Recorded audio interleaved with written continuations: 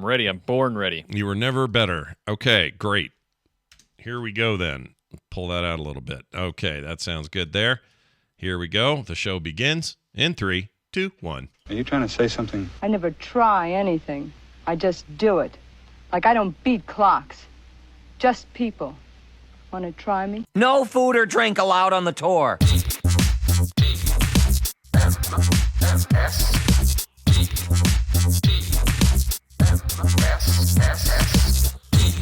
The Morning Stream. Would you mind not shooting at the thermonuclear weapons?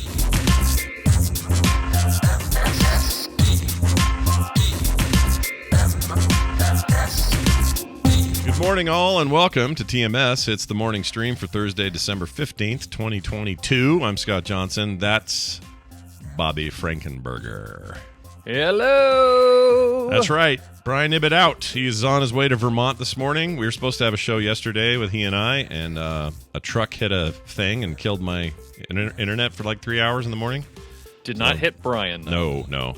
We had snow for 33.8 hours straight. No, wait. Snow falling from the sky for that long? Yes, and up in the mountains, there was like, 6-foot giant snow drifts and things. Down here, that's like, I don't know, 8 inches to a foot, something like that. But it is a lot. Do you have post-snow related flooding issues? Sometimes it depends how quickly it melts, but because we're in the thick of winter, we're not really in any danger of that. But sometimes we'll get snow in spring, like let's say early April.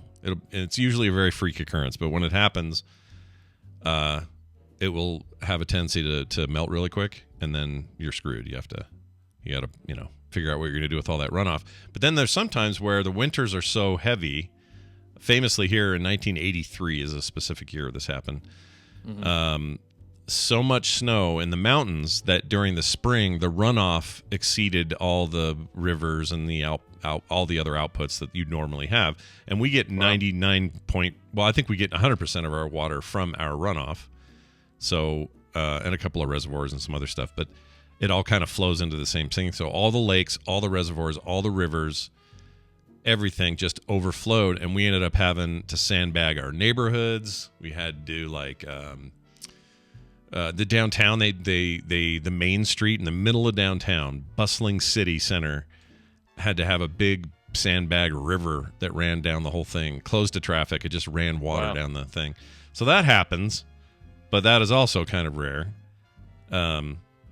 But I mean, I'm from Charleston. We're very familiar with sandbags and flooding, and but I asked because I used to for a winter I lived in northern Minnesota, and the year that we were there was like a record snow year, and then we left around February, and we kept hearing the news that April, because we lived in the Red River Valley area, that April, like, there was just tons of flooding because of all the snow because when it snows in Minnesota, it snows, it never melts until the spring. So, you don't get reprieve from that until the following year. Yeah, so it was just so much snow that winter that it all melted, and there was like huge flooding in that valley. So. Sounds like the same problem. It's just, a mountain versus a valley, but it's been rare, and the last few years have been kind of dry winters here.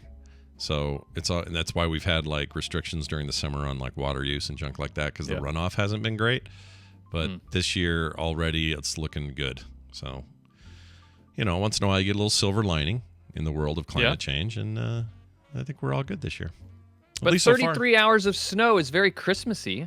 Oh, it's very Christmassy. It's super Christmassy right now. In fact, it's still, this is a fresh, so it stopped for a bit, and now it's snowing again. And it's just kind of lightly snowing in the valley. Very pretty. Sky's weirdly clear, so I don't know what clouds these are coming from.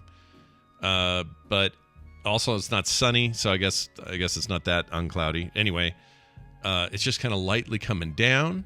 You feel like Frank Sinatra's about to break out into some rendition of "Let It Snow," And we're all in on this, man. I like this motif. I don't like being in it because it's cold, but I like the vibe. It's a cool vibe. This is my favorite time of year, and I wish it snowed like that here. It certainly does not hardly ever snow here in South Carolina, but But yeah, the Christmas time gets me in the mood for croonery Christmas songs as well. It's the only kind I like. I don't like any. I don't like modern Christmas music. I don't like anything past like the 50s. I want all big band, swing band Christmas. That's what I want. So no grandma got ran over by a reindeer? No, I'd rather slit both wrists and then drink the blood from my own wrists. I don't want that ever again in my life. I don't want that. I don't want the Mariah Carey song. I don't want the Wham thing. I don't want any of that. I mean, those have their place, and there are times where it's fine. But for the most part, I want to hear a big-ass band with a bunch of brass and strings and crazy drums and percussion in the background.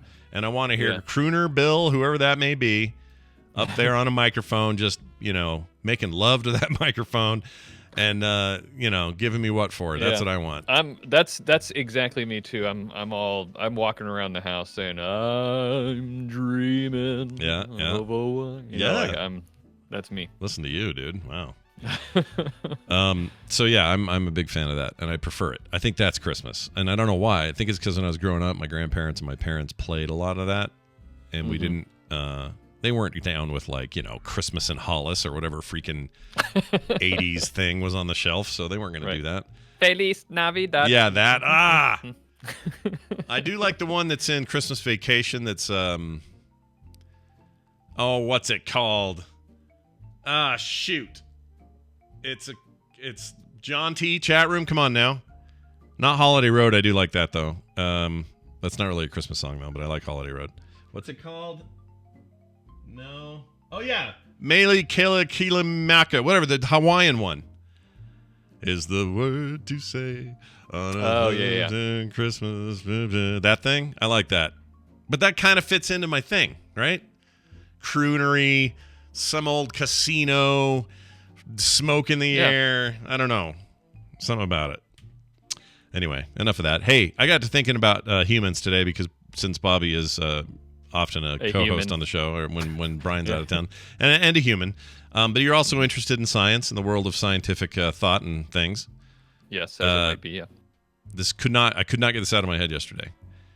And a part of it came on because of my ISP getting slammed with a truck, and part of it was the fact that Kim and I were out driving we went out to get a salad last night, because we're boring. That's weird. Who does that? I mean, obviously you.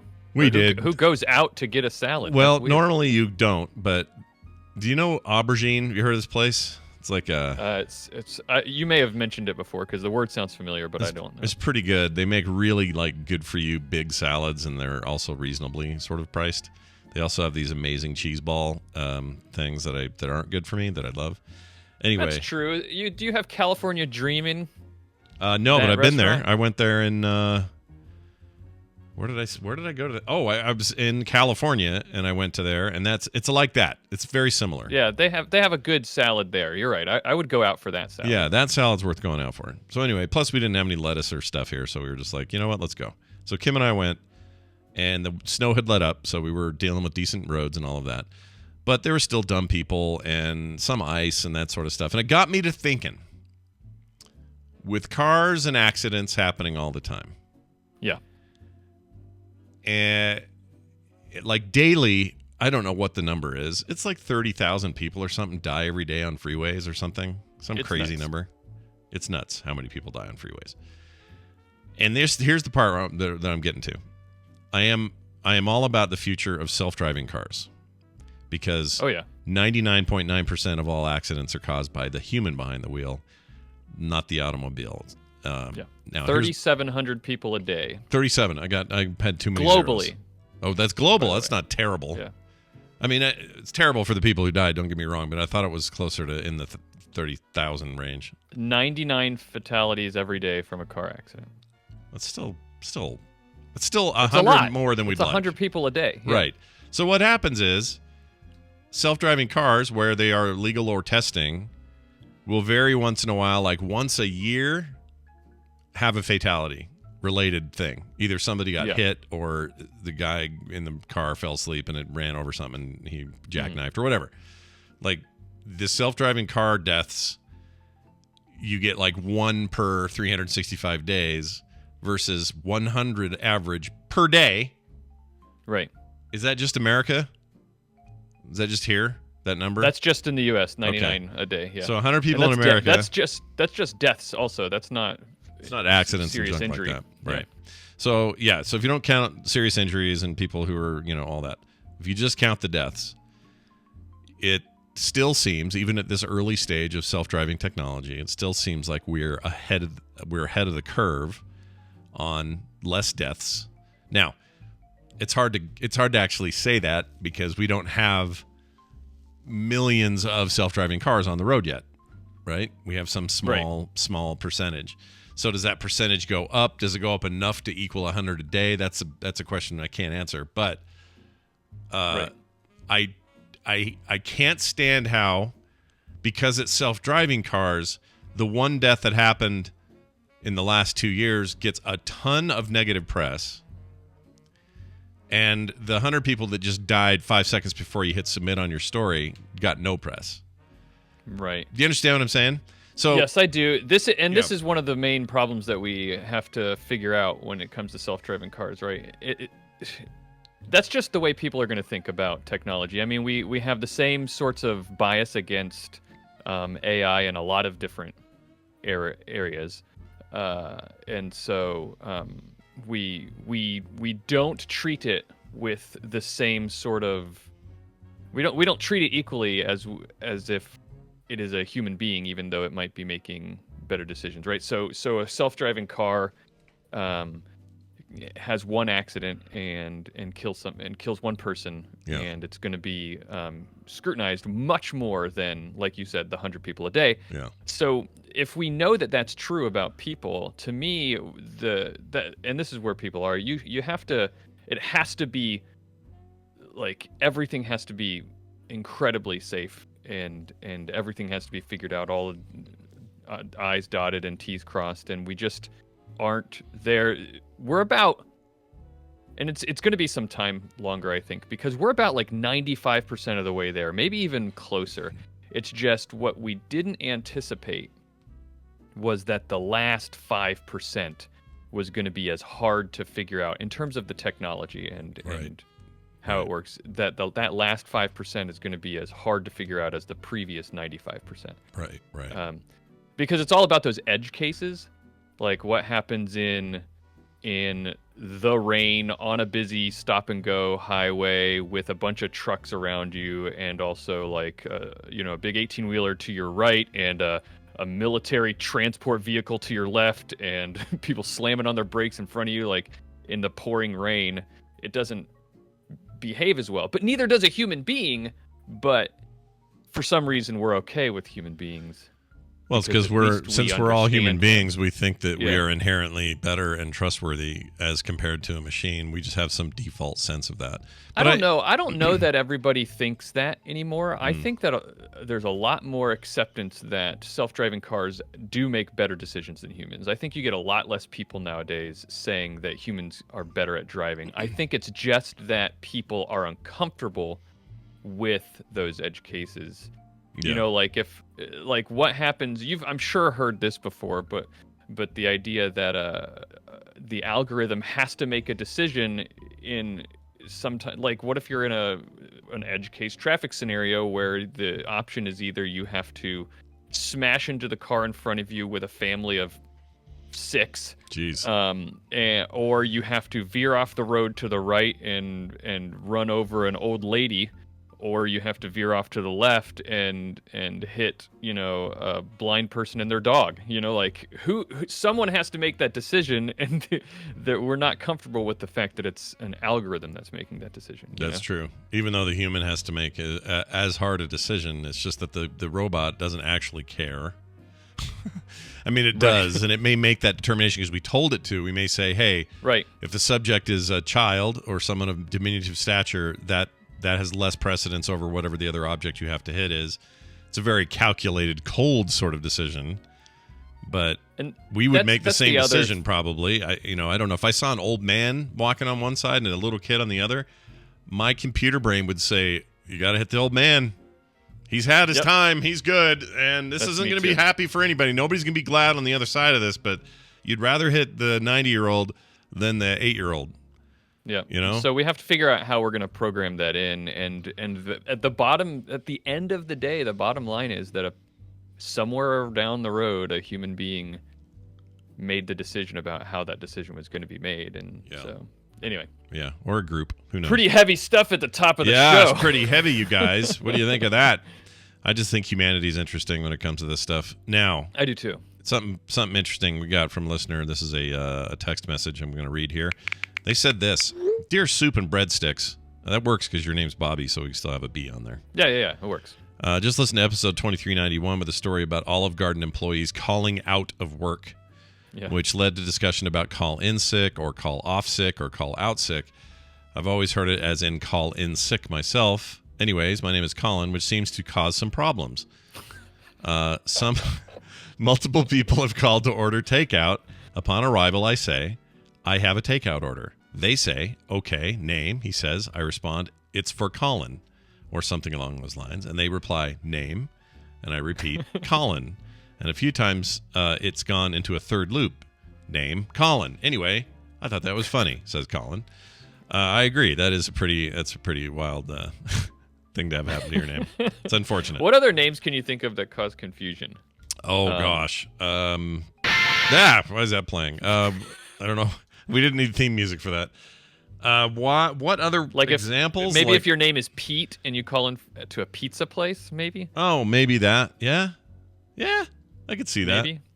I can't think of any others, though. Like, I don't know. Like, let's see. If your name was... your name was Lucy and you sold Lucite, that doesn't work, does it? That's weirdly specific. Down to your local Lucite dealer. Yeah. And Lucy's got to change her name to Beth. Beth. I feel like that would help you, though. That would make you, because you're Lucy, the Lucite salesperson. Yeah. Oh my gosh, that's a hell of a Lucy's title. Lucite. Yeah. No, it's even better now. We've solved it. Yeah. All right. Anyway, thanks for that text. We appreciate it. I screwed up the other day, and I played a clip I read a text to you that was actually for Bill. Oh, yeah. And I was supposed to play some audio that was the correct thing. You didn't have to tell people. We played it off. It was fine. Yeah, you know what? I could have just said, hey, I have a new call for you. Yeah. But I'm so transparent. I want people to know how dumb I am. Here on TMS. Yeah, this is how stupid I am. So I want to play this finally so we can get to the bottom of it. I'm going to make things nice and quiet because it's a little hard to understand, but I'm going to play it. It's just a call-in for Bobby. Here you go. Hey, Scott. Calling about the TMS episode with Bobby. The interviewing thing for the drug bust is corpo lingo for interrogation or questioning. So they're not doing their impression of Diane Walters. It's just the cuddlier, friendlier version of interrogation. Love the show. Okay, couple things. Diane Walters he's combined two reporters, famous reporters. He's thinking of Diane. Wait, what's her name? Sawyer. Diane Sawyer and Barbara Walters. He has combined them into one super interviewer lady. That's fine. It's fine. It's not a problem. But the other super interviewer lady. I don't remember what the context of this was. It was something to do with drug companies and interrogation/interview something. Do you remember this? Yeah, I don't know. So you sent me that to listen to, thinking that maybe I could figure it out, and I couldn't either. But I did think it must have been one of the other shows that I was co-hosting on. It definitely. I don't remember talking anything about something like that on the science segment. Either. I don't remember it at all. Let's see, but I even went through old notes from the times I was on and dug through to look at like maybe the news stories might have. The only thing I can think is maybe it was some tangent we went on, but I have no clue. I do not know. It feels conspiratorial to me, mostly because he talked about Diane Walters. And so that threw me because what that said to me was, well, if he doesn't know those are two separate people, maybe his, corpo interrogation fluffy thing is just like some conspiracy thing. So what I'm saying is, since we don't know, we've now sussed it out on the air. So, dude, what called in? Follow up with another one of these and explain yourself because we're just confused. Yeah, I would You like know? to know about it. It feels like there's a nugget of a very interesting conversation to be had. Yeah, I agree. So There's something there. let's uncover that nugget. Let's. Yeah, and tell me more about these hybrid news ladies. I want to know more about them. Yeah. You know, how did we get here? How did we get from zero to that technology? That's what I want to know. Some sort of corpo research program. Yep. That's how they get you. That's how they get you every time. Okay, I found the perfect gift, everybody. Sit back, relax, and enjoy the perfect gift for this Christmas.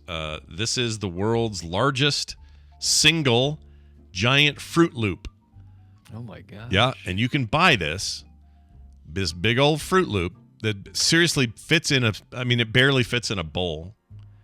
As you can tell from this photo that I'm sharing to the chat. It is available now for $19. Single serving of Kellogg's Fruit Loops. Clocks in at 1/3 cups, weighs 39 grams, and contains 150 calories. So not this Fruit Loop. They're talking about a single serving of the regular. Oh, cereal. right. Yeah. Because the single Fruit Loop is a lot more. It's here. I'll find It's it. 930 calories. 930, and weighs half yeah. a pound. Yeah. It's the equivalent of half a box of regular Fruit Loops mashed into one bowl, filling monstrosity. There's no reason for it to exist, which seems to be the exact reason for someone to create it. Anyway, this is now a thing. If you want this, and it's edible, you can buy it. Now, if I bought this, I'm kind of tempted, if I'm honest, not to eat it. I don't want to eat it. I really might get this. Yeah. It's $19. It's not horrible. Well, my kids would freak out. Like, they would love this.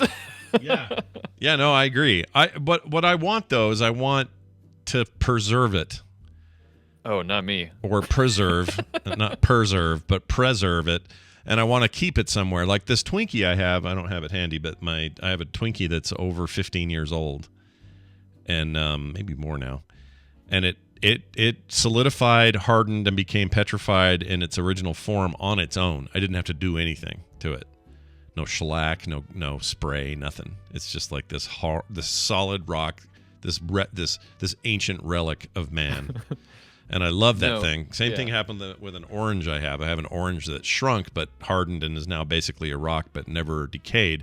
If I can have some assurance that if I bought this would do the same, that it would just stay preserved forever, I might do it. And I'd hang it on a wall and just say, yeah, that's that time I bought the $19 stupid giant Fruit Loop. No, I want to get it. I want to take a video of pouring the single Fruit Loop into a bowl of milk and then handing it to my like not tell them. Yeah. Just do it. Yeah. I like it. And then walk straight faced, walk away like here's your breakfast. Yeah. I like take this. a shower. This is available on the Big Fruit Loop website starting Monday, December 19th. So this is next Monday. You see that picture of Toucan Sam on the box? No, it hold looks on. like he's choking. I'm going to pull this up. Oh, yeah, he does. Well, you know what he actually looks like? He looks like he's doing a YouTube selfie for a thumbnail for a YouTube video. Go to the if you go to the website bigfruitloop.com, it's even worse. It's oh my gosh. Yeah, it's a CG. That one's version. horrifying. Yeah. Either way, he's choking. And are they trying to say this is part of a bigger breakfast? Look at all this stuff around. Look at all this fruit. It's some kind of... It might be AI generated, that bird. Something's wrong with it. Like the feet. I know. You don't think that Kellogg would want that image on their No, product. something's effed up. I don't know. Well, and it says... It doesn't even say Kellogg's. It says Mischief? Wait. Oh, is it MCSH. not? Is that the parent company? Because I think this is still Kellogg's, though. Let's see. Maybe they've changed enough about it that it's not an actual... Because I see on the box it's spelled Fruit Loop, but it's Fruit, but Fruit Loop is by Kellogg's. It's definitely FR. I don't know if I trust this then. Because this is from some company I don't know. You know what I mean? Like, do I want that? I don't want to eat it for sure, but all right. Look at us. We're internet sleuths. Yeah, look at us. We've solved yet another case. Moving on to the next one. All right. Well done. Case closed. It's time for some news. Yeah, that's right. The news brought to you by DungeonMurder.com. Go there. The game's getting really close. I just showed to the pre-show some stuff I'm working on to make the game a little more accessible to the colorblind and add some more accessibility, kind of quality of life feature. I already played that. Features. Anyway, it's coming along great. I can tell you this is my evidence that it's awesome. I played 7 rounds with my wife, and she said, "Can we play more?" She still wanted to keep playing. And she never does that. So I realize it's my game, so maybe she's a little biased, but still, it's good news. But is she the type of person who's just like, she will do nice things for you because she's a nice person and she'll help you, but then when she's done, she's like, all right, I'm done. I got to go do some other things. Yeah, kind of, yeah. It's like moving on to the next thing sort of thing. Yeah, so you kept her in. But Dungeon Murder, I don't know if anybody's said this to you or out loud on a show somewhere. Yeah. That's a great name. Yeah, you know why I like this name? I like it because no one else has used it, number one. That's the main thing. That's always the criteria number one for how to name your stuff. Yep. I also think it's just fun and cheesy. And also, I like it because it's based on an old comic I did way back in 2008, I think. I didn't know that. Let me see if I can find it, and I'll share it. Hold on one second, everybody. Let's see. Dungeon Murder. I know this is way down the list now because... Okay, here it is. Oh, yeah. So I found it. Let me share this out as a 2-panel comic. Oh, sorry, not that old. 2013. I thought it was older. Anyway, 2013, still a fair amount of time ago. We're pushing on 10 years. And the comic shows a guy. I'll put it in Discord as well. For those at home who can't see this. It's a dude sitting at the table, and he's got a big old board game all spread out. And he's about to learn the rules, and he says, I'm going to learn these rules and become a serious tabletop gamer. And the very next frame is him. It says 11 minutes later, and he's playing his Sony. I guess that wouldn't have been a Vita. It might have been a Vita. Anyway, he's now, bored and moving on. But the board game that he's playing, if you zoom in and look at this text on this thing, Dungeon Murder, right there on the side. Oh, nice. So nice. That's where the original idea was just to come up with a dumb name, kind of like I think Space Murder is another one I did that was for another comic. But anyway, it just sounded funny and dumb and like a bad name that you would want. That kind of just sums up. Oh, it's in dungeons and there's murder involved. And anyway, it kind of stuck. Plus, the domain was available, and that's criteria number 2. Yeah, that's the other reason. So it worked out. There's very little murder in the game, if I'm honest. It's just a lot of trying to dominate the dungeons that are in this land that the card takes place in. So, murder's implied, but it's not. Well, I'm excited. Just from what I've heard you say about it, it sounds very much... I know you said you take inspiration from that Monopoly... Oh, yeah, Monopoly Deal. Also, and, there's others. It seems to me, based on what you've said, that it's a combination of Monopoly Deal and it's got a lot of Munchkin card game. A little bit, yeah. Certainly from an arts perspective, I'm doing a ton of like little, every card's you don't see them yet because I'm not done, but there's going to be a bunch of art per card. Like, I'm kind of going nuts on it. The other games I would compare them to, if anyone at home has ever played, let's see if I can find the name of it. I always forget the name. There's a game called Bonanza. There's a little bit of that in there. Because it's kind of just a trading... There's a subgenre known as trading card games, even though that's kind of sounds broad. Seven Wonders Duel is another one. That only lets 2 people play, but it's got some stuff in there. The game Bang has some similarities. So I'm kind of picking and choosing from a bunch of stuff I like and adding my own twist to it all, and I think people are going to really like it. So cannot wait. All right. So anyway, DungeonMurder.com if you want to keep track of what's going on with it. I'm getting closer to a Kickstarter, and we'll be letting you know about that soon. Kentucky Fried Chicken in the news. KFC, as they're known now. They don't want people to focus on the fried chicken, even though that's still their main. Or Kentucky. Or Kentucky. They don't want any Kentucky. They just want an acronym that could mean anything. Could mean kites fly, crappy. Churros. Kites fly churros, yeah. Or kill for churros. Kill for churros, yeah. That feels like a more negative connotation, but still. KFC customer shot a worker in the drive-thru. That person's okay, by the way. After they ran out of corn. according to Missouri cops down there in Missouri. KFC worker was shot in the stomach after telling a customer the restaurant was all out of that their corn. The corn's not even good there. I don't know why this is a problem, but whatever. The shooting happened around 6:30 p.m. on Monday, on December 12th, which was just this last Monday, at a KFC in St. Louis. An investigation revealed a man was in the drive-thru of the restaurant when he was informed that they were all out of that corn. According to the police report, he began making threats toward the employees from the speaker box and then pulled up to the drive-thru window with a gun. 25-year-old employee went outside to confront the customer and minutes later came back inside and said he was shot. Police said he was shot once in the abdomen and was listed as critical but stable condition. I checked since and he's recovering. The customer fled the restaurant after the shooting, has not been caught as of Tuesday afternoon, so he's still out there. Looking for corn. You're out of corn. Here's my gun. I don't understand the leap. Like, you must really be... Two things are real, are possible here. You're either so into corn that no reaction is off the table, right? Like, it just, you must have, if you don't have corn, that's it for me. This is what this person is. Or they're already having a really rough time in multiple ways. And this was a last straw kind of deal, right? It can't be any. What else could it be? What else brings this extreme out of somebody for missing corn? You know, wasn't there a story you guys did a long time ago about people dealing drugs through fast food orders? Oh yeah. There was a whole thing with that. Could be. Maybe corn was really meth. Oh geez. So corn really, even though the police think it's corn was a keyword or a pseudonym. Yeah, maybe it was like, you know, you order from the secret menu at KFC. Yep. You want like Mexican spicy corn, and that means we're all out of Mexican spicy corn. Yeah. What are you talking about, fool? And then he pulls a gun out. Yeah. Yeah, that could be it. Corn. I'd like some candied corn. Oh yeah, and then please. They're like, wait a minute, I didn't know corn came in a tiny bag with white powder in it. Weird. Yeah. Well, anyway, I hope they catch that guy because you shouldn't shoot people over corn, you know?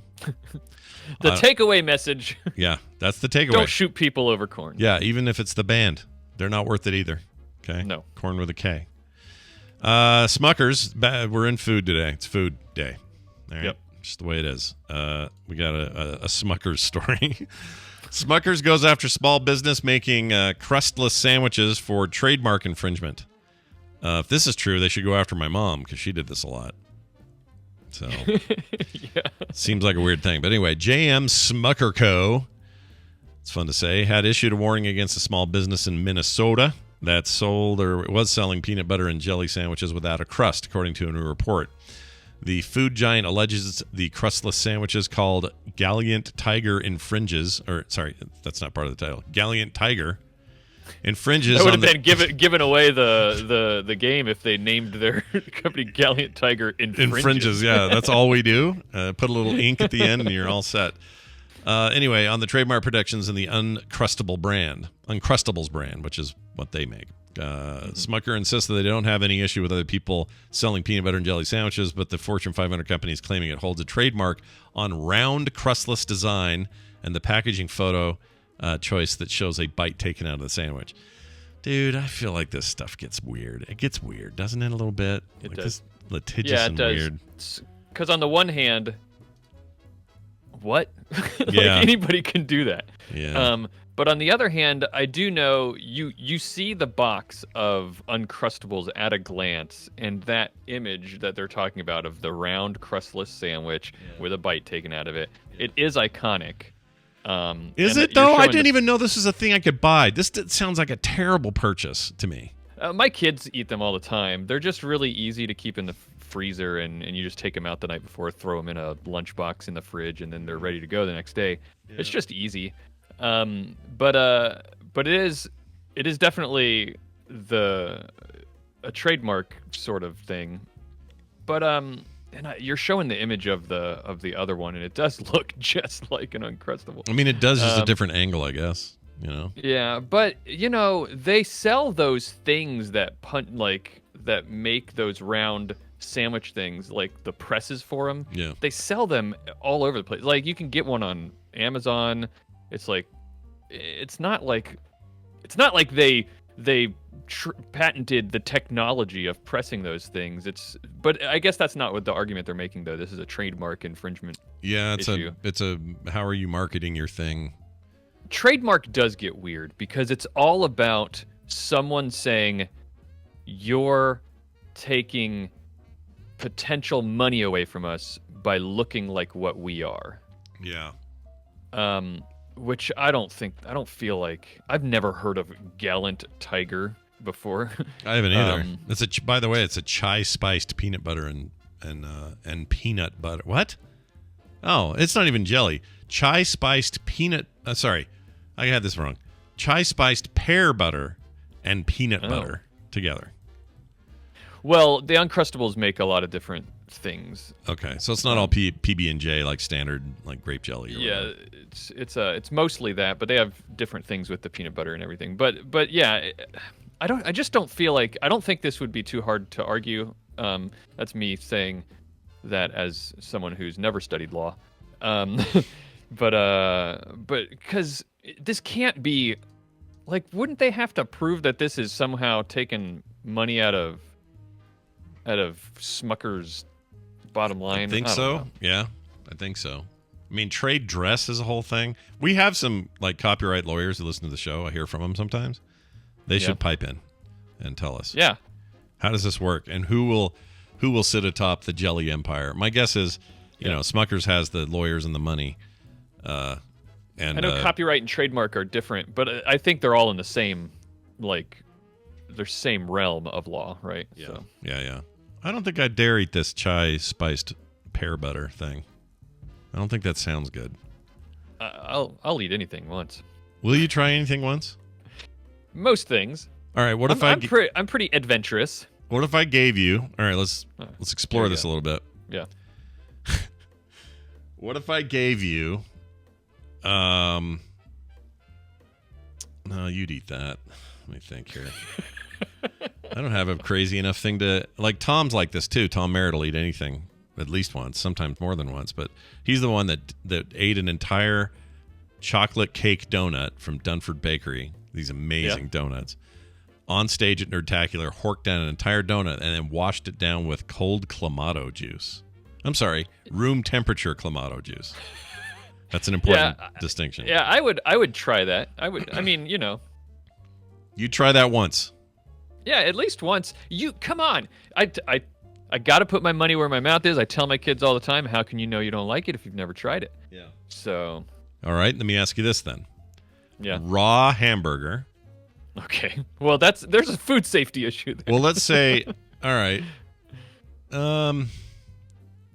There is a food safety issue, but whatever. Now, okay. This is a hypothetical, right? It's a hypothetical thought experiment. So if you could somehow guarantee to me the raw hamburger meat was safe, then continue. Okay, we'll say that this is as safe as the meat ever is ever.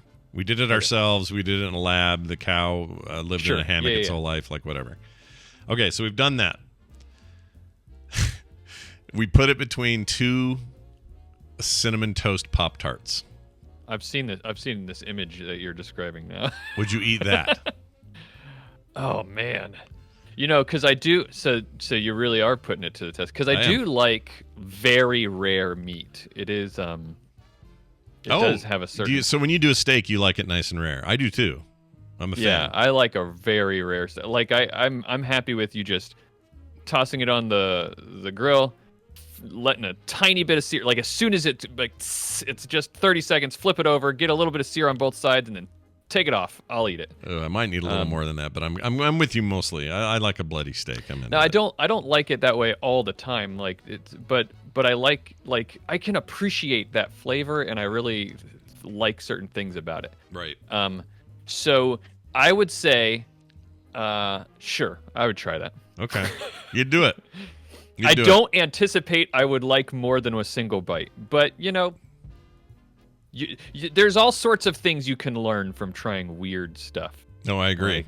I agree. Like I might find that there's this this blackberry jam inside the Pop-Tart. What kind of Pop-Tart did you say? I said cinnamon toast, but it could be whatever you want.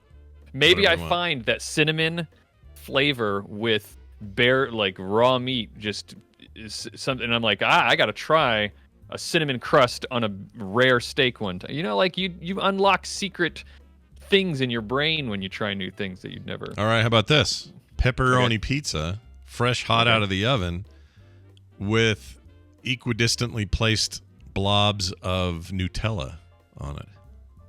Yeah, why? That's like, why not? Ugh, that sounds good. Sounds horrendous. That sounds so bad to me. All right, how about definitely expired rancid yogurt soda? Would you do that? Well, if it's definitely expired. Well, that's what I did. I did that in Nerdtacular, and I about killed Hammond for it because he was the one that brought it. It was horrible. It was so bad. I mean, I might taste it. I don't know. This all goes without, like, you have to promise me that it's safe. So if it's never been opened, then I might taste it. You might taste it just to see. Yeah. Yeah. All right. How about that lutefisk crap that they do in Sweden or whatever? The can of. I kind of want to try that because it's so. Film it. You know, everybody. Film it. Maybe I will. I want you to. I'm not saying right after I film plopping a giant Fruit Loop into the bowl of my children's cereal bowl. $20, worth every penny. All right, that'll do it for today's news. We're not doing a song break in the middle of the show. We're going to roll straight through today, and we're going to add our old pal Amy to the show, who's been home recovering from surgery, and I think doing pretty good.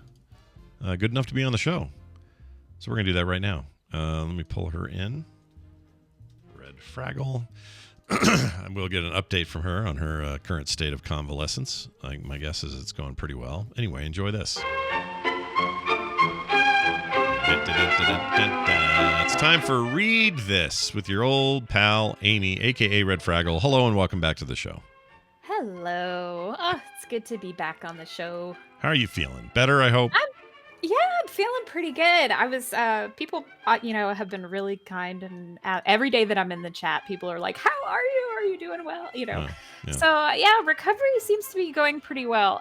The one thing that kind of remains is that if I try and do too much, I pay for it later. Yep. I get really flushed, and, my whole body's like, hello, gaping hole in your abdomen, kind of thing, like empty cavity. Yeah, it's a big change. Like your body is, that's hard though, right? Like anytime I ever have anything done of any kind, or if I'm just recovering from being sick, including COVID, it was like, how soon can I get back to freaking normal, full speed here? And sometimes you have to stop for a second, listen to your body, because your body's going, no. Don't be lifting, don't power lift any weights. I'm going to pop in here if you do. Yep. So. And it's hard, right? Because it's like you see stuff that needs doing and you feel like, okay, I don't feel so tired, in pain, exhausted, what have you, that I feel like, nope, I have to be horizontal right this second. Right. And so you feel guilty. At least I do. Yeah. I look at things around me and go, oh, that needs doing. Let me go do it. I'm the and same Chuck's way. Like, nope. Back to bed with you. I'm the same way. I have a really hard time when I'm around the house seeing chores that need to be done and things that I normally do, and asking someone else to do it, even if I'm recovering from being sick or anything like that. Yeah, I hate that. Yeah. I did the same thing with COVID, and every time I thought I was feeling better, I would be so winded and so tired. It was like, no, that was a bad idea. I'm going to go now sleep for 4 hours and see if I can't rectify this. Let me ask you, Amy. Did you weigh yourself before the surgery, and now you're going to weigh yourself afterwards to see how? So that would have been a really good idea. So I had myself weighed a bunch of times, because I was obviously in and out of doctor's appointments and whatnot. Yeah. But no, I didn't do that, and that would have been really funny. I'm sure that if I go and look at I've got doctor stuff is much cooler now than it used to be, right? Because you have like patient portals and things like that. Oh, so you can actually see your reports and stuff from from tests and surgeries and things like that. So I'm betting that they probably weighed my uterus after they took it out. And I do have access to one thing. I haven't looked at it yet, but so let me tell you. I'll tell you a little story. I told Scott about some of this over text last night, but poor Chuck. They told him the surgery is going to last about 2.5 hours, maybe 3. And he's sitting in this waiting room, and you know how when you go to the airport and they've got the big monitor that's got all the this flight is on time, or this flight's in the air, this flight is taxi into the runway. Oh, I think whatever. I know what you're talking about. Yeah, they have those at hospitals now. Mm-hmm. Yeah, so you can literally see, if you're sitting in the surgery waiting room, you can see the status of your loved one's surgery, sort of. Like you can see. I stared at that when my wife got her gallbladder out. Yeah, I was staring at it, keeping up with things. You're like, okay, it still says in surgery, Yeah. And so he's just sitting there, and no one's really letting him know anything. Turns out there was a lot of scarring that also had to kind of remove. It was more involved than they expected it to be, and so the surgery took over 4 hours. And meanwhile, no one's telling my husband anything. He's just sitting there looking at my name, or my number, even I think it was my patient number, and just sitting there looking at the in surgery, and no one's telling him anything. Poor Chuck. I did this exact same thing with Kim, with the exact same surgery. They took long. They always take longer than they're gonna take. Have they ever been quick? Have they ever gone, we got in there, expected 2 hours, 15 minutes in and out, easiest uterus I ever saw. Turns out it was already gone. Yeah, weird.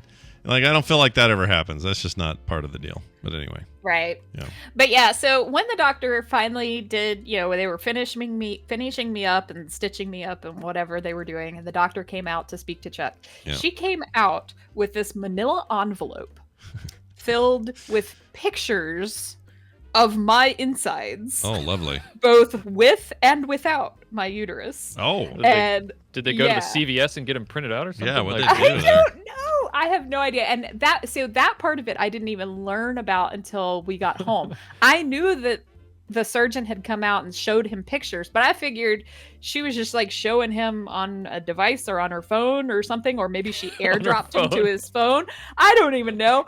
But yeah, like he came home with this, hey, you got to check this out. Well, you laugh, but that's literally what happened to me when Chuck had a shop accident with a table saw and sawed his finger like in half lengthwise. Like a hot dog? Like when you take a hot dog and cut it? Fingers now? Yeah, it was bad. But he had an amazing hand surgeon.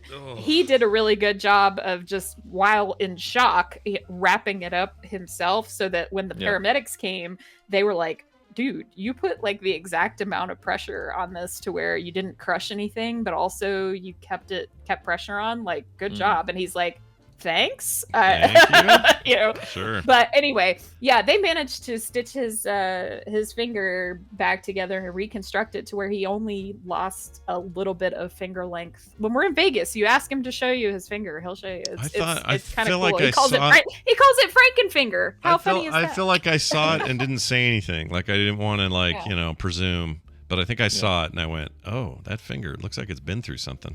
I've got 10 Franken-fingers. But exactly. See, that's really funny. Franken but Robber. I showed up to the ER. I wasn't even there. Like our neighbors had to call 911 for him because I was out trying to be a do-gooder and delivering food to poor people for, I think, like either Passover. Yeah, it was Passover, and so I was out trying to do do-gooder things, and I get this phone call from my husband's phone number, but it's my neighbor, and she's clearly freaking out.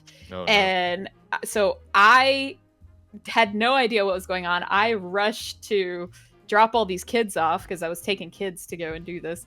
And so I drop all these kids off, and then I rush to the hospital. I get there. He's fine. They've got him all hyped up on whatever, Sure. Oxycontin or whatever. He's had medical attention at this point. But then the surgeon comes in with, no kidding, his phone and sticks his phone in my face. And I was like, oh, nope, don't need to see that. Yeah, why do they want to? Why force people to? They should ask. They should say, "Hey, how do you like mangled up finger photos?" I know, right? How do you at like least those? In Chuck's case, like they gave him a manila envelope, and so he had the option to look at them or not. But like, nah, man, this surgeon was just like, check this out. That's I'm like, crazy. That's was crazy horrifying. to me. Yeah, I wouldn't want to see it either. But I'm glad you're feeling better. That's the main thing. Yes, I am feeling much better. Like I say, I just have to monitor my activity. I'll go take a nap after the show's over, but Good. it's all good for right now. I'm taking care of myself. I'm completely off of the pain meds, which I did not expect to be at this Oh, that's early good. stage. It's So, good. Screw those yeah. things. They're weird. I don't like them. I hate them. Well, honestly, it was stressing me out because, one of the side effects of those pain meds is not only, the addiction risk and all that, but also they make you constipated. Yeah. And that's, and when you've had abdominal surgery, It's the not great worst thing to in be the pushing. world. Oh. Yeah, exactly. Oh, that sounds terrible. So, yeah. Oh, because you got to use all. Oh, I mean that's it's all very very private affair, obviously. But jeez, Oh, I'm all about the TMI, so I'll give you guys as Everybody much poops, Scott. everybody does. information. That book told me that. Well, all right, let's get to. Do you know let's- that? yeah. Do you know those things called the squatty potty? Yeah. Like the little stool you could get. Mhm. So there was one day. Those, and by the way, I- that company they're in St. George. It's a Utah connection. Those stupid Oh, things. funny. Yeah. Anyway. But yeah, it was one day that I was like particularly just kind of giggly, and I blame the pain meds. But I just thought it was so funny because it's Christmas time, and you talking about like the older Christmas songs versus modern Christmas songs. Do you remember there's this really old song called "I Want a Hippopotamus"? for Yeah, I Christmas? do. I hate it. But So yes, I went remember. around singing. I was like, "I want a squatty potamus for Christmas." Oh my lord! You sure you weren't on the oxy It's just then? like- yeah, I know. I definitely was. Wow. So That was yeah. fantastic. Okay, those things are that's great, by enough the way. surgery We talk, we but- have those, so I highly recommend them.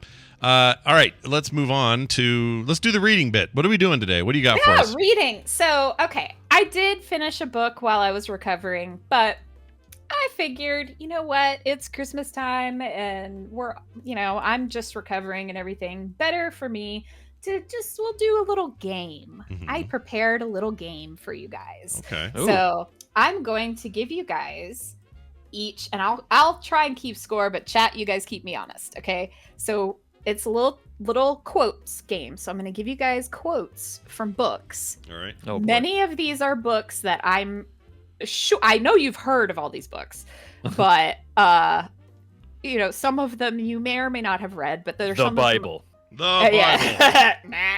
Nah. There's some of them I know that you guys have read. So I picked pretty prolific quotes, I think. So it should be pretty easy. All right.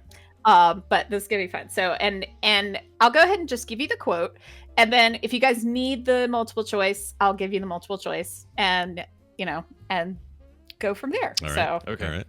Let's do all it. right. So the first one is: a beginning is the time for taking the most delicate care that the balances are correct. Whoa. I'm gonna definitely need a multiple choice for this one. Okay. Bobby, do you have any idea? A History of the Universe by Stephen Hawking. Oh, Wow. oh, you mean like the history of time? Yeah, the history Is of that whatever. what it's called? Yeah. With Diane. Okay, Diane incorrect. Walters. So yeah. the multiple choice is it A, Needful Things, B, Dune, or C, Neuromancer? Can I get the title again, or the quote?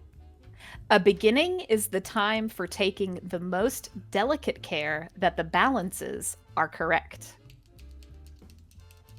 This sounds like I read Neuromancer many years ago, and I don't recognize the quote, so I'm gonna say it's not that one, but it very well could have been because it was like high school when I It was read a long it. time ago. Yeah. The first I've read Dune. I haven't read Neuromancer, but I've read Dune and I've read Needful Things actually multiple times. I think this is a Needful Things quote. Okay. Scott says Needful Things. What's your answer, Bobby? I'm going with Scott because I have not read Dune or Needful Things. Okay. You're both Damn it. correct. It was Dune. It was Dune, really? Yes. Ah. Well, who says All right, it? Scott, When new is- strategy. We got to spread out. I'll pick one. Oh, You pick God. I don't know who said it. I just took him off a quotes website. It was Baron Harkonnen as he slowly melted into the goo. All right. Fair enough. Okay. This is a good warm up. All right, here we go. Next one. All right. Next one. Stay gold, pony boy. one. Oh, The Outsiders. Correct. Damn, Ding, ding, dude. ding. Holy crap. You just pulled that right out of the sky. Nicely done. Sorry, All right. I should have given you a chance to answer there, Scott, but Nope. No. So I'm gonna. sorry about that. So Bobby's got 1. I have 0. That's the score, right? Yes. Okay. Correct. All right. All right. The next one. There is nothing like looking if you want to find something. You will certainly usually find something if you look, but it is not always quite the thing you were after. Is that from A, The Hobbit, B, Robinson Crusoe, or C, The Paris Wife? Well, I read The Hobbit in high school, and none of the rest of that.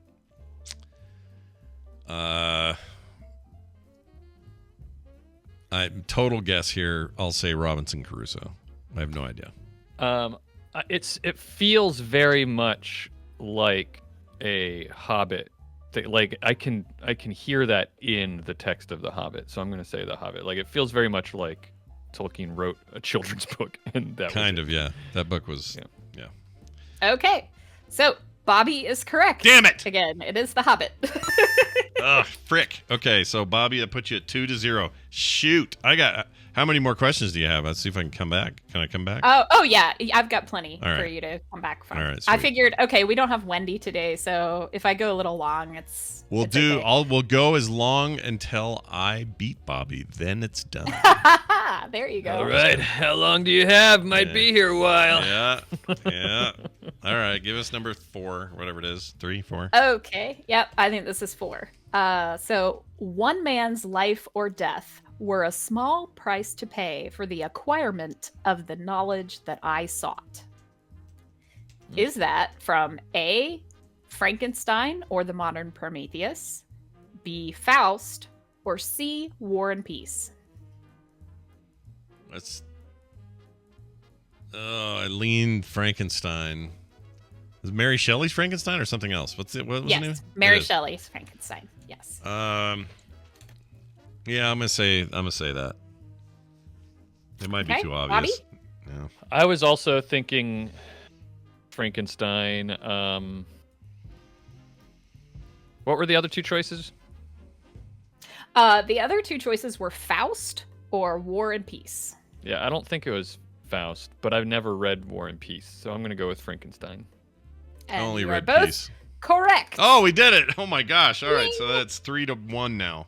That puts Scott on the board. All right, There Right you go. all right. Okay. Good instincts there. I'll throw you guys a softball. You ready? Yeah. Okay. We've got to have rules and to obey them. After all, we're not savages. Is that from A, The Hunger Games, B, War and Peace, or C, Lord of the Flies? Oh, this is tricky. Yeah. I Yeah, read because Lord it of feels the- like it could be a trick. Yeah. Because it feels like it could fit in both Lord of the Flies and The Hunger Games, but then you could also be saying like, haha, I was actually from War and Peace. Trick Yeah. ya. But you said it's a softball, so I bet you it's not War and Peace. Yeah, that gives me I'm that gonna feeling go- too. I'm definitely going Lord of the Flies for me. Yeah, I wanted to say Lord of the Flies as well because of the use of the word savages. Yeah, Okay. because this is before they paint their faces and decide who kills Piggy, right? So here's the problem, Scott. If Bobby just continues to pick your same answer, Yeah. then he wins. Maybe I should pick first from here. Oh, because you're okay. the- We'll 'cause- swap. We can swap who picks first. Yeah, That's totally. interesting. But yes, you're both correct. It was Lord of the Flies. Okay, that was Lord of the Flies. All right. So. That's always my old go-to. And I read that book forever ago, but all I remember is painting their faces and killing Piggy or trying to. And the conch shell that you had to hold to talk. Oh right, and that trope gets used in so many things now. It's like I can't believe they had us read that book. I think I was in like 6th or 7th grade when we read that book. That was about how old I was. I loved that book. Gruesome. It was pretty hardcore. Also like I liked it. It's also like the quintessential example of the Deus Ex Machina trope, isn't it? Oh yeah. Well, but it was also that ending was poignant, right? Because they were saved by a warship. Mm-hmm. So right. It delivered that message. It's but weird, yes, it definitely irony. is a very Deus Ex moment. But my feeling when I read it when I was younger was they were trying to tell us that things can get weird real quick in situations where leadership voids happen and people have to figure out who's in charge and who's making the rules and how much say does everyone have, like that kind of stuff. I felt like that's what they were trying to push into kids' heads to get us thinking about that, so that if we were faced with it, I think it actually worked on me. Like, I'm not saying it was a trick, but I think that later in life I was more sensitive to. I could tell when something was not a good arrangement. Right. And yeah. And I always thought you're more sensitive to the piggies of the world. I definitely am. Yeah. Yeah. No doubt. All right. So this next one, promise me you'll remember. You are braver than you believe, stronger than you seem, and smarter than you think. Is that from Charlotte's Web, Little Women, or Winnie the Pooh? So I'll go first. I'm gonna say. So read the quote one more time. Promise me you'll remember. You are braver than you believe, stronger than you seem, and smarter than you think. It's I'm gonna say Little Women because it seems like something. I can't remember any of the names of any of the girls. There's like I mean I remember their names. I don't remember. I think Amy's the youngest, but it sounds like something. Yes, Amy is the youngest and brattiest. Yes, indeed. It feels like something like Joe or Meg. Like a piece of advice that they would have given Amy at some point before they all went their own ways. Man, your knowledge of maybe Little Beth Women when she died or something. Your knowledge of Little Women is making me seem like a complete amateur. I don't remember any of their names. I don't remember these people. I remember they were little. They were women. That's it. I was in the play. I was in Little Women when I was in high school. Oh yeah. Aww. You were Amy? Were you Laurie? I was not Amy. No, I was Laurie, of course, because that's the only male character. Yeah. I was like, either you were Laurie or you were like a carriage driver or something, because like there aren't any other men, or maybe the father, because the father comes in at some point. But... I know Florence Pugh is in the more recent one. I know that. Yes, and she plays Amy, which is awesome. Yeah, I love her. So. Okay. All right, what's your answer, My Scott? answer is Charlotte's Web. That's my answer. Okay, you are both incorrect. Damn it. It is Winnie the Pooh. Winnie the Pooh, really? Yes. Promise me you'll remember I thought Piglet. that was an easy one because you see it on Winnie the Pooh merch all the time. Like, I see that quote all the time on anything with Winnie the Pooh. And I guess Piglet I haven't been paying stuff. attention. I mean, there is a lot of. I mean, what's that book? The something of Pooh. The Tao of Pooh. Tao of We Pooh. did it on this. We show. talked about it here. Yeah, like it's stuff's clearly considered like some of the great philosophy is found in this otherwise children's book type thing. But I just for some reason I could hear the spider talking to Wilbur. Well, the spider. Like it feels like parting words, right? And the spider dies too. So right, yeah. Oh man, that thing wrecked me. You want to talk about what wrecked you as a kid? That freaking story tore me a new butthole. Oh my gosh. No. Where the red fern grows had me crying true, yeah. for days. Red Fern was rough. So wrecked. Red Fern was rough. What was the one with the dog? Old Yeller. That thing was just made to make us want to die. Oh my gosh. What were they doing to us as kids? Bridge to Terabithia, says Dice Tomato, and yes, you are correct. That one. Never read or saw that. I know it's a movie too, right? Got adapted. Yeah. I never saw but it. Yeah, I read it and I never saw the movie because I was like, nope, don't need it. I don't need that. Nope. You don't need a little extra sadness in your day. Which is funny because I'll read like lots of John Green stuff and all, where he kills literal teenagers in the book, and I'm like, oh, okay. Yeah. But I don't know. I can't do the stuff that actually traumatized me as a kid. I don't When know you say what it literal teenagers, it makes me think they're just saying literal things. Like that, not that they're literally a teenager, but they say things like "it is hot outside." Like those teenagers are really literal. Yeah, like, they're literal. They're really literal about they everything. don't exaggerate. They don't undersell things. It's just they say it exactly the way it is. Yeah, they say I didn't do my homework instead of my dog Yeah. ate it or I lost it. It's just I Yeah. didn't Right. do it. That's a literal Yeah. teenager. Anyway. Well, the funny thing is, in A Fault in Our Stars, the characters talk about the overuse of the word literally. Oh, really? So, yeah. Still haven't that's seen that. what's Another funny about that. tearjerker, that one. Jeez. Mhm. Look at all these Yeah. tearjerker Oh. things. For sure. Yeah. All right. So let's see. I'm looking through my list of quotes here because I'm kind of going out of order a little bit. So let's go with something a little more fun. So, Scott, do you want to bleep me or do you want me to bleep myself? Oh, Is it bleep easier for you if I yourself. bleep No, you myself? know what? I can do it in post. Do it. We'll have a live Okay. swear. This is good. All right. Oh yeah. So this one is It's raw. Yeah. I'm pretty much fucked. That is the quote. Is right. it from Fuck Yes, A Guide to the Happy Acceptance of Everything, Uh-huh. Broken in the Best Possible Way by Jenny Lawson, or C, The Martian?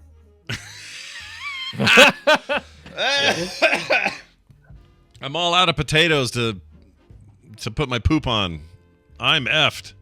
All right. I'm gonna say. Do I get to choose because of the last? How does it work? Yeah, sure. Go ahead Okay. and choose. I'm gonna say The Martian. I kind of remember this. Okay. I read that book twice, and I have vague memory of him saying something to that effect. So I'm gonna say The Martian. What you got, Bobby? I didn't read it, but I think that's a line in the movie too. Like I can see. Oh, you should read What's that his book, name? dude. You'd love it. Yeah. Yes. You Well, I would don't read love much Great. anymore unless it's science news. I need to read more. It's But, so good because it's such a. Well, there's a bunch of connections there you're like. First of all, it's like science, but what if science, but it's very heavy science based. Yeah, I listened to an interview with the author, and he did a lot of research and talking to like people from NASA and like really got a lot of feedback on the science. So I know I would really enjoy it. Plus, he used to be one of the lead engineers on Warcraft 1, 2, and 3, Oh. which a lot of people wow. don't know. He's an I didn't know ex-Blizzard that. dude. Yeah, and he went on to follow his dream of being an author and killed it, obviously. But yeah, he's a really interesting story, that guy. Anyway. So I'm saying The Martian as well because I can see Matt Damon saying that.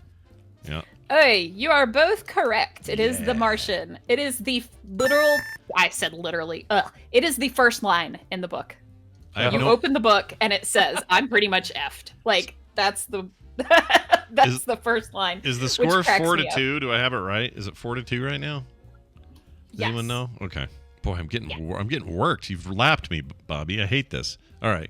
Next Yeah. one. No, We have you're to- catching up a little bit because it was 3-1, and now so Yeah. you're closing the gap a little bit. Sure. I don't know. I guess you're keeping the gap the same size. I'm running I suppose. parallel with him and not really gaining anything, but we'll see. Right. We'll see how I go. Okay, so let's go with this one. It was the best of times. It was the worst of times. Oh. Tale of Two Cities. Yeah. Done. I would agree with that. That is correct. Both correct. I knew. I was like, okay, I'm gonna throw them like a really easy one in there just in case I'm like. The Right problem is them. it's easy for both of us, right? Yeah. I know. So, but all right, so Famous one. 3 to 5. Okay. It is a truth universally acknowledged that a gentleman in possession of a fortune must be in want of a wife. Jeez. Is that from A, Persuasion, B, Pride and Prejudice, or C, Pride and Prejudice and Zombies? Oh my gosh, that's a tricky one there. Because look, this goes one of two ways. It's either one of the Pride and Prejudices, obviously, or it's the one that isn't, as a trick to say, you focus too much on the Pride and Prejudice business. Really, it was this one. I'm going to say Pride and Prejudice because I don't have any idea. It's a guess. I think Pride and And I'm Prejudice. gonna say to cover our bases, Pride and Prejudice and Zombies. Okay. All right. I've read none of those, so. Me either. I haven't read any of it.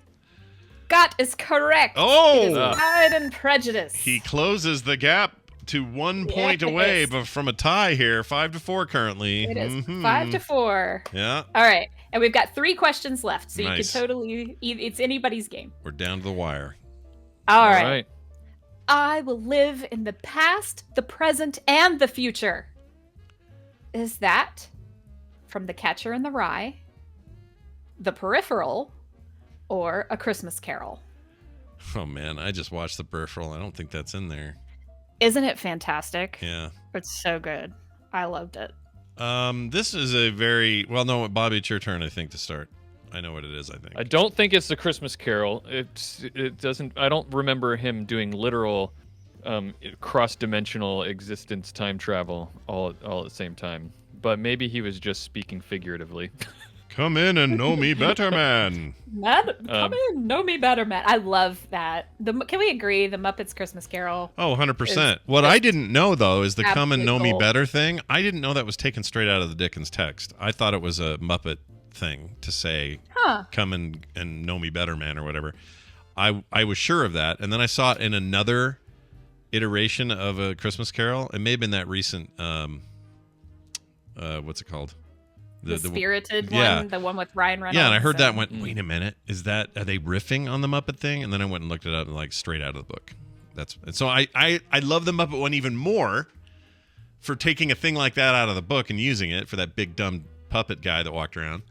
But I already loved that movie anyway, because here's why that movie's magical. Okay, it's the greatest version ever of A Christmas Carol, and here's why. All the Muppets, Rizzo and freaking Gonzo are eyeballs into the world. They're narrating it, and they're being goofy and doing pratfalls and all this dumb stuff. But the core of the story remains very truthful to what it originally was. Mm-hmm. And the best part, though, is Michael Caine is playing it like he is on the stage in England before the Queen. He is not dicking around. Yeah. He's not like going, these are puppets. I can kind of let down my guard or whatever. That guy is playing it as straight as he ever played anything ever. And it's such a magical combination and makes me want to watch it right this second. I love it. So it really is brilliant. And I'm glad that I convinced myself to come back around, because I have trauma about that movie, because that is the first movie. That's the first major feature release that the Muppets did post Jim's death. It was complicated because of that, because it wasn't his voice. It wasn't, Yeah. I found Kermit. It's much less, just nails on a chalkboard for me now. But at the time, Kermit was so just his voice and everything about that character was Jim. And it was so off-putting to have even Brian Henson doing the voice for me that I was just like, nope, I can't do it. No, it was hard for me too. I had to get over it. It was like a thing. But once I did, and I totally don't even think about it now, it's just a piece of work. Oh yeah, it's so good. It doesn't bother me at all, and I love it. I understand though why the Muppets have sort of backgrounded Kermit a little bit, because he just can't. He can't be what he was before. No, so. Still hate that he died.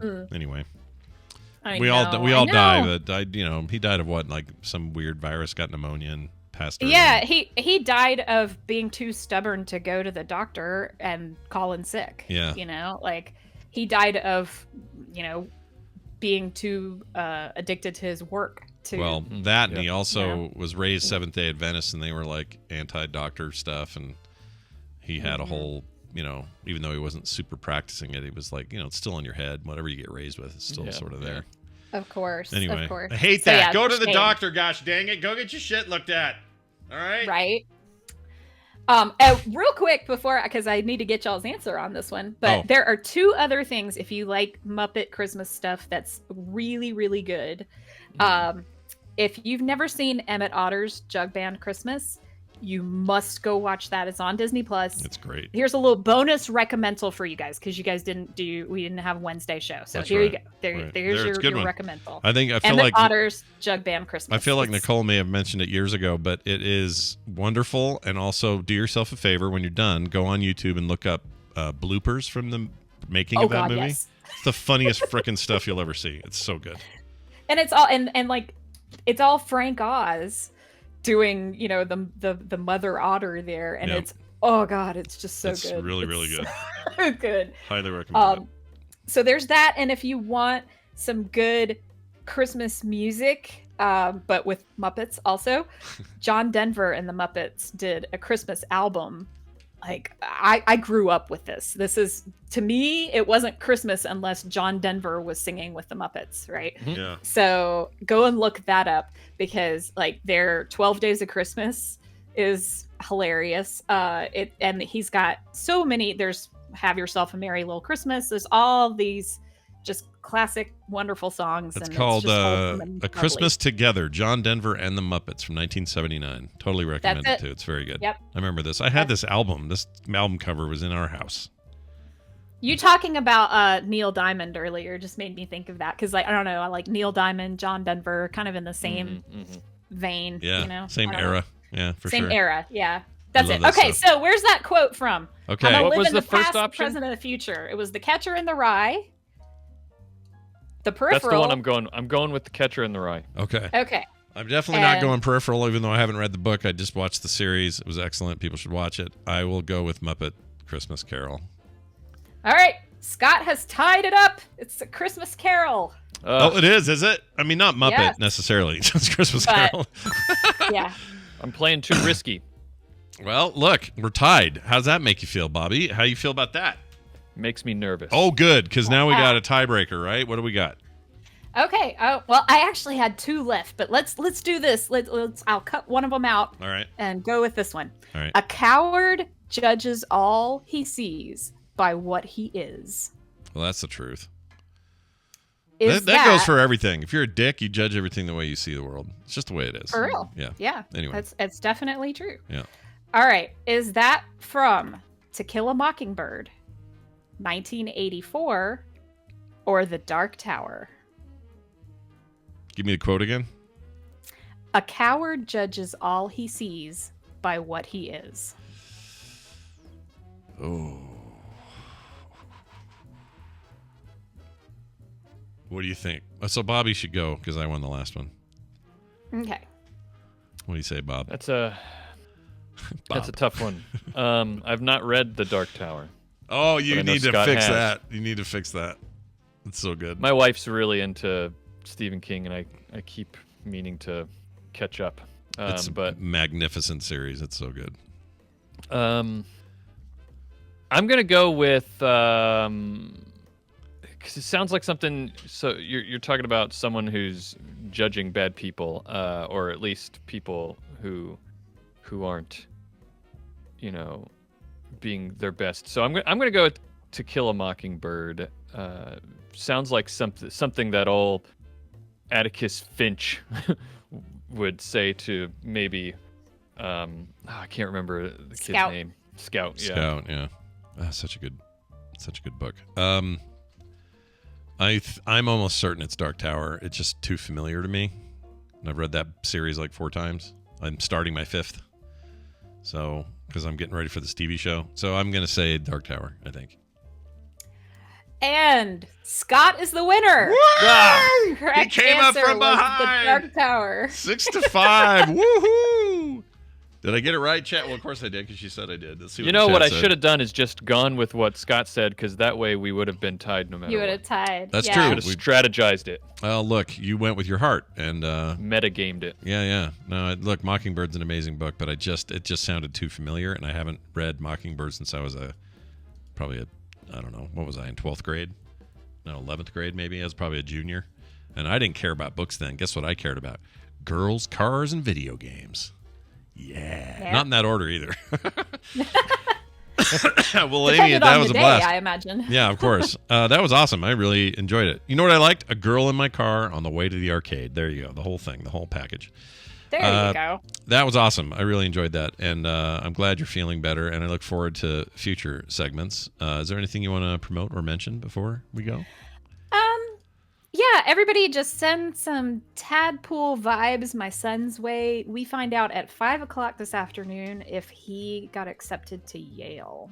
Yale. my goodness. Oh my gosh, that's a big Ivy League, big deal, whoopity-doo school over there that you got there. Right, and he's worked really, really hard. He spent a lot of time on the essays and all that. He went to a summer program there this summer and just loved it, and so he's really, really excited. Did you make sure to grease the right palms, Amy? Yeah. You gotta grease I don't the do that. palms. That's his dad is the schmoozer. I can't, I'm good with you guys, but I can't, like, regular normies. No, I can't schmooze with.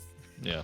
I the can't schmooze highfalutin. with non-nerds. They look at me like I have a third eye. Yeah. So No, this because is I great though. overshare, you know. Like, Yeah. No, if he gets it, he'll be a Yale man. They call him a Yale Yep. man. Yeah. Or I a know. Yaley. I think they call them Yaleys. Oh, at Harvard Lord. anyway. They should not do that. Yeah. My wife watched another run of Gilmore Girls, and it's all, 3 or 4 seasons are all about Rory going to Yale. And I always heard Yale man and stuff like that, but I don't think I ever heard Yaley. Yale man. That's funny because it sounds like mailman. Does sound like Okay, mailman, I yeah. get it. It's not like a I get it. bad mailman who will only bring you Yale. Whatever Speaking that even of is. Kim, did you see I sent you a TikTok that it just cracked me up because it made me think of you. Somebody did this whole skit where she was like, ladies, is that season where you just go home to your little small town minding your own business, and then some flannel-clad schmo wants to hit on you and convince you that you should stay here. And it's a whole riff on all the Hallmark movies. It's just taking the piss, as our friends across the pond would say, out of the Hallmark movies. And so it made me think of you and of Kim, and it made me laugh. So I'm trying to see where I don't see it. it would be in your inbox on TikTok. When was it? When did you send it? A couple days ago. I don't. Time has no meaning. It has no meaning to me My either. post-surgery Christmas time brain. Oh, here you are. I see you. Oh, I have. You know what's funny? I've seen this video. That's hilarious. Oh, good. Okay. You know what happens on TikTok a lot? I find out that my friends that are on there get similar timelines to me, which I think makes me happy. I don't know. Yeah. Public timelines anyway. It's a Amy, shared experience. that's right. We've enjoyed our shared experience today. I hope you have a fantastic week. You continue to feel better and well, and I hope Chuck's finger remains stubby. All right. Okay, thanks. Didn't know how else to end it with Chuck there, but that's what I went with. All right. You did it. You just gotta. I go did with it. and move on. Yeah, don't just do it. Lean in, Yeah. If you're going to F things up, just do it with pride, I guess. I got an old email I'd like to read. This was directed at you, and it's old, but Okay. it's worth reading. It's from Dr. Nikki. We love her. She's great. Oh yeah, Dr. Nikki. She's down in Alabama now with a brand new lab, and it's got her name on it. I saw a picture. Yeah, I saw a picture with her name on it. It made me really jealous. I want a lab with my name on it. Oh, no kidding, man. It's a big deal. Is she still doing the sheep stuff She there? is making it in life. She's got a science lab with her name on it. Congratulations. Yeah, and she That still is awesome. she still slums it here with us somehow. I don't know why she even bothers with us. Still yeah. listens to the show. Anyway, she's great. She wrote in, says, "Dear Scuttle and Buttle," again, Bobby's Buttle, because Brian's not here. On TMS 2201, so this is a ways back. One of the quiz questions was about cockroach facts. Scott said if they can live without their head for 9 days, it also means they can go without breathing for 9 days. That's actually not true. Arthropods, leggy insects, don't have lungs like we do. Instead, they breathe by exchanging air through small pores in their abdomen called spiracles. Spiracles, yeah. Because there's no H there, so it's going to be spiracles. This sounds weird. Anyway, meaning they can breathe without their tad. He means head. She means head. The more you know, and then a rainbow. Bug the show, though, Nikki, DTNS science correspondent, stepping all over Bobby's territory, she says. Yep. So there you go. That was great. I didn't know that. I had no idea they would breathe through their thing while their head grew back. That makes sense, though. They don't have the same sort of circulatory system like we do, and so they have all these little holes, all these pores along. I think. Well, I imagine it's different with every insect, but many, if not all, insects. I think all insects, all arthropods anyway. Tend to be along the side. I just didn't know they breathed. Like I guess I never thought about it. I mean, it's not breathing like lungs. It's just sort of like the oxygen comes through those holes and then diffuses into their gooey inside. Yeah. Just once it gets into the exoskeleton, all bets are off. Yeah. Well, that's awesome. Thank you for that. I thought she was just a sheep expert, but look at her freaking insect knowledge, man. Amazing. Turns out she knows about more than just sheep. That's right. Nikki, how does it feel having an email read like 4 months after you sent it? How does that feel? About an episode from I was gonna say this was from like 3 years ago, but no, you guys your numbers go up fast because our numbers go up 5 quick, episodes a week. Yeah, we're almost actually. Let's see. Today we're at 2392, just to give some perspective. Yeah. So a this lot was of damn like episodes. from 2201 from like 3 days ago. Yeah, that's right. Quick reminder, we got some shows coming up. Speaking of more shows, tonight an episode of Core will air with me, John, and Bo. We got a bunch to talk about on there. I found out last night that my niece, who lives near me and goes to school, a bunch of her schoolmates were talking one day about some podcast they all listen to, and they love it. It's their favorite. These girls are like 11, and they're like freaking out about some podcast. And she hears the name Scott, and she goes, "My uncle's name is Scott." And anyway, they come to find out these kids are listening to Core in her school. So tonight they're getting a shout out. I'm about to freak out a bunch of 11-year-old girls. I can't wait. It's going to be awesome. They're going to go, ah! Yep, they're going to lose their minds. So tonight is Core, and you're going to find out also on that show why I can't seem to stop playing a game from 2015 during a period of this year where there's tons of new games to play. Don't ask me why. Well, you can't ask me why, but that'll be tonight on Core. So check that out, 5:30 Mountain Time. No, 5 p.m. Mountain Time. I don't know why I put an extra half hour on there. For the live show, and of course you can get it right after on the podcast. We have a film sack tomorrow. We already have it recorded, so that is an absolute thing happening, and it'll be posted in the morning, so watch for that. Skim today, if I can get Kim locked down. She's got a ton going on with the kiddos, so I don't know what's going on there, but we're going to try to knock out a Skim. And then today, after the show, I'm going to give away some codes that are for the folks over at Jinx. They make the shirts and the jackets and all the whatnots over there, game related stuff and all that. I got a stack of these $25 gift certificates to give out to somebody luckily hanging out in the chat room. So stick around for that. Time it is like Christmas. It's a Christmas miracle, Bobby, really is what it is. Anyway, watch for all of that. Bobby, please remind people where they can get All Around Science and what you're talking about this week. Oh, All Around Science can be gotten by just typing All Around Science into search boxes everywhere. You can find it. That's our weekly science show. This week we are talking about, I'm actually going to be doing a sum up. We're recording tonight, and I'm going to be summing up and sort of like summarizing everything that's been going on with the Artemis program, space missions. Because the Artemis 1, the first launch, went and did its thing and a few days ago landed safely.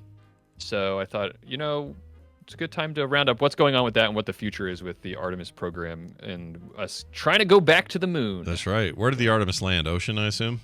Yeah, Pacific Ocean. Okay. Yep. Very specific Pacific is where that lands. It's pretty big. It's hard to miss. Yeah. So, that's where they landed, yeah. And so and also later in the year we're going to be doing our normal. Every year we talk about science we missed in the past year, sort of a roundup, and then at the beginning of the year, this is just, I guess, a look ahead. We're going to be talking about dark matter and dark energy, starting the year off with that. All right. Well, I've been watching a lot of Futurama, and my understanding is that dark matter comes from that little Nibbler character when he poops. Yeah, don't spoil it. We want people to tune into the podcast. That's right. Man, I cannot recommend rewatching that show enough. I love it so much. It's so good. All Around Science. Anyway, All Around Science, yes. Then Futurama, but All Around Science first, okay? Futurama got their money. Get over to Bobby first. All right. I forgot to mention I will be doing a couch party. Brian will not be there. He'll be in Vermont, but I'll be doing a solo couch party. I don't know what I'm watching yet. We're going to save the Ms. Marvel stuff until he gets back. So I'll come up with something, and we'll plop down tomorrow at 3 p.m. Mountain for patrons and watch that. So if you are a patron, you know all about it. And if you'd like to become one, patreon.com/TMS, where you get that benefit as well as no commercials ever, pre-show content every day, including today, art in the mail, and other great stuff. So check it out, patreon.com/TMS to support your favorite morning show. That's going to do it for us. I'm going to play a song. This is me being a little bit of... I don't know if this is nepotism or not. Bob, you have to tell me if this is nepotism, what I'm about to do. But my nephew is in a band called Brother. And they are having a nice little monicum of success these days. They actually performed at TMS Vegas 2019 at Container Park. We had them do, they opened for somebody. I can't remember who played. I was so proud of them. I can't remember who played after them. But anyway, I really like Brother. And I like their new album, which their current new album is called Volume 3. And they have a song on there called Bleach Baby, which I really like. So I'm going to play it here. So yeah, again, is this nepotism? I don't know. Bobby, give me the judgment. Nepotism or no? Yes, it is nepotism, but the real question is that okay? And I say yes. I do too. Also, they're on Spotify and Apple Music, and they sell records on Bandcamp. I mean, they're like legit. They're not, you know, this isn't just him in his basement and me going, hey, I'll put your stuff on. It's not like that. They got like a real band. They've been together for a long time. But even if it was, who cares? That's your prerogative. On your show with your family. That's right. And it's good. That's right. So deal with it. That's right. And I don't want to hurry up and, give them props before AI starts making music and everyone loses their mind. All right? Right. Because that's coming. You haven't been thinking about that because it's not here yet, but it's coming. People are going to make their own damn music and it's going to sound as good as the recorded stuff, and then you're going to be pissed.